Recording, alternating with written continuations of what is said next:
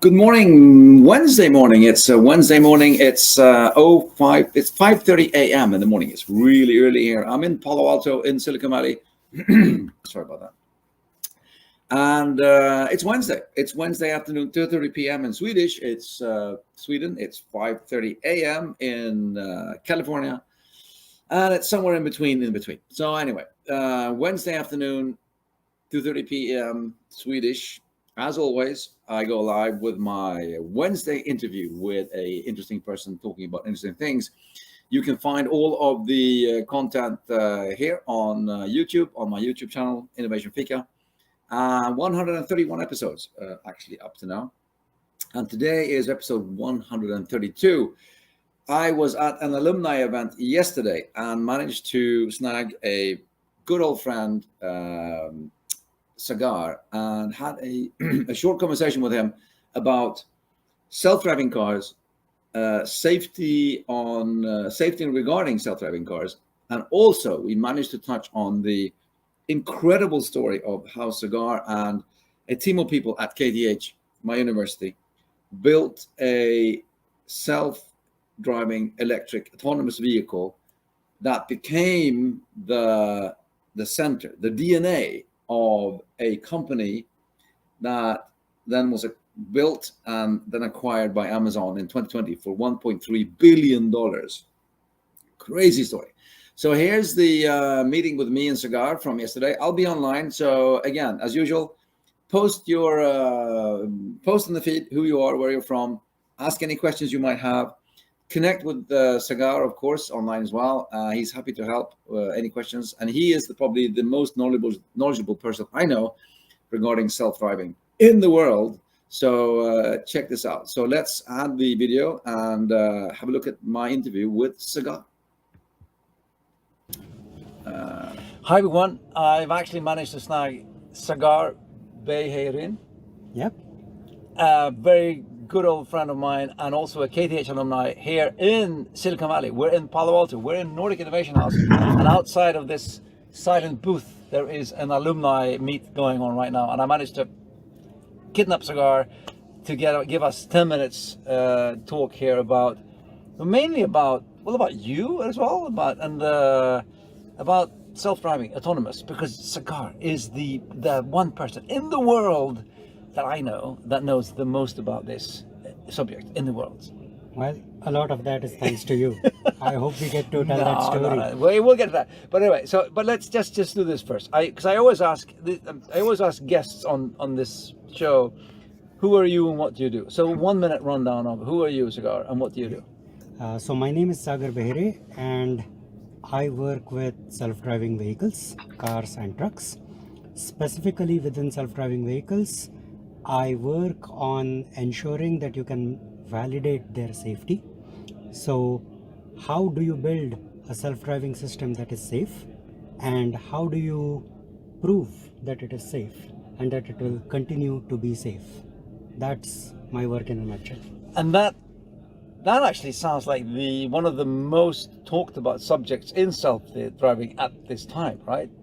That is true, and the reason for that is self-driving technology has advanced to a point where I think, if you gave me a few $1 million and 3-4 people, I could give you a shiny self-driving demonstration within 3 months. Yeah. And we have a lot of companies who have made self-driving technology and have been giving very shiny demonstrations. But in order to truly deploy these systems at scale, the biggest outstanding problem is safety. Yeah. And the reason why we talk about safety in autonomy all the time is people have been promising that autonomy has been around the corner for, autonomy has been around the corner for the past 5 years. Yeah. So why isn't it there yet? And the one line response to that is because we can't prove that these systems are acceptably safe. There's so much I want to ask you about all of that, but if you were to say, can you say though, we need to solve this thing, or is it just a plethora of small things that need to be sort of addressed? So I think the more you unpack it, the more fascinating it gets. there are a few different dimensions to unpack when it comes to safety, and I would summarize it in sort of 3 to 4 top level bins. The first one is, what does safety even mean for autonomous driving? And this is fascinating because the answer is not as straightforward as you'd think. Like, you might say safety is the absence of collisions, but that is not always true. The presence of collision doesn't necessarily mean that you are unsafe, and the absence of a collision doesn't necessarily mean that you are safe. Of course not. So what is safety? And people try to give a softer answer by, it should be safer than a human driver. Which human driver? You, me? We are all, every human driver you speak to on average considers themselves better than other human drivers. Of course. But more importantly, is it an alert human driver? Is it an impaired human driver? A human driver in which conditions? On a bright sunny day, at night on a highway? So just defining what safety means and how safe is safe enough has kept a lot of people busy, and there aren't conclusive answers yet. But isn't there also, and this is my sort of layman take on the situation, that there's like, for self-driving cars, there's like a zero tolerance mindset. And then but we kind of disregard the hundreds and thousands of accidents that humans have all the time. Right. So I wouldn't go so far as to say that it's a zero tolerance mindset, but what happens is, in general, people are more accepting of human error than machine error or robot error. And the second part is, the failure modes are interesting. So even if a robot sometimes fail, people will ask the question, would a human being have failed in the same way? And if it is reasonably certain that a human wouldn't have made the same error, then the robot would be judged very harshly for having that error. And the fact is, an alert, unimpeded human driver is actually a very safe driver. It's a very high bar. Now, the fact that we have unattentive drivers is a sad reality, and I think when you factor those in, the bar maybe becomes a little bit easier for self-driving.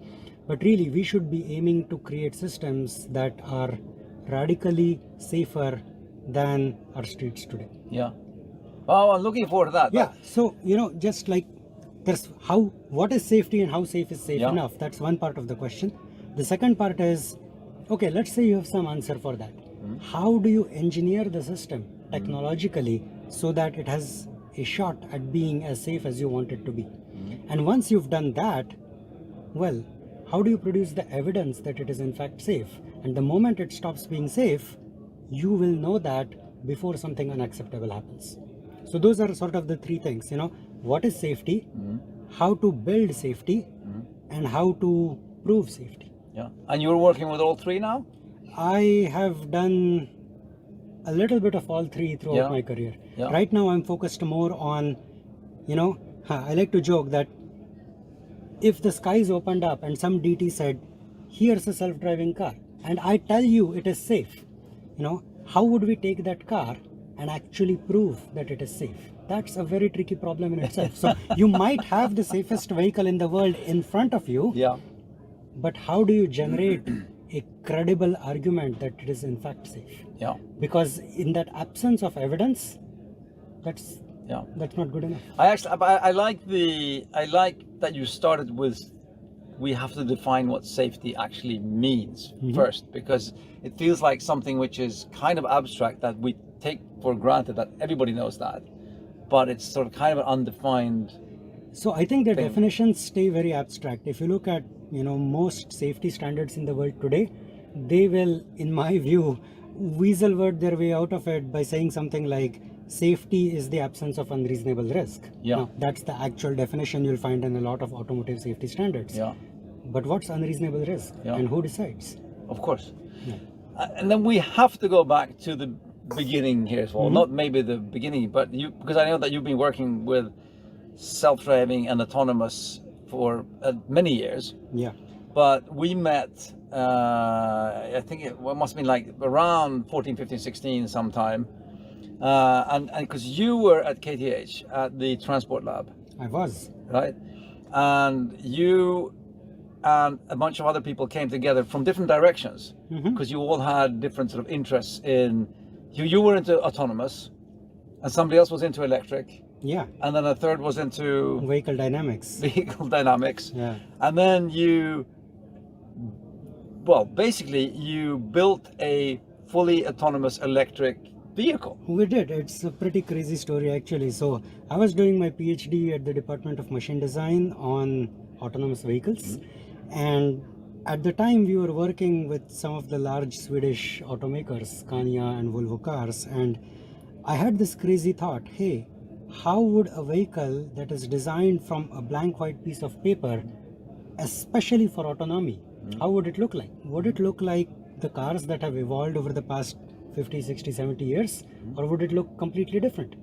And there were other folks who were interested in vehicle electrification and in high performance vehicle dynamics. And everybody wanted to build a car, a test platform. So we said, let's go build one. And that's what we did. We built this crazy vehicle that has a motor inside each wheel, and then another motor to sort of tilt the wheels so that you can steer them.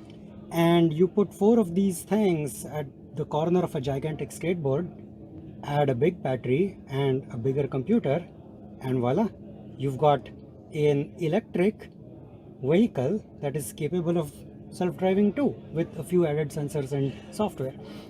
The interesting thing there, though, what you put together was there were actually a lot of innovation going into that platform that you built.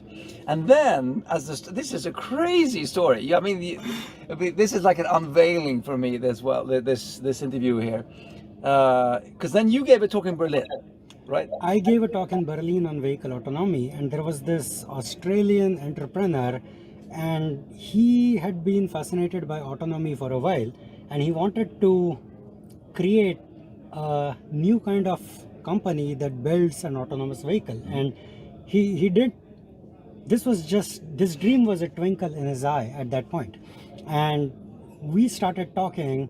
He eventually made his way here to Silicon Valley, and he partnered with somebody and managed to get his hands on the software stack for autonomy. And in those days, what almost everybody would do is that they would get some old Toyota or an old Volkswagen, and they would add a lot of sensors on top, and then the computers running the software, and you would have a prototype self-driving vehicle.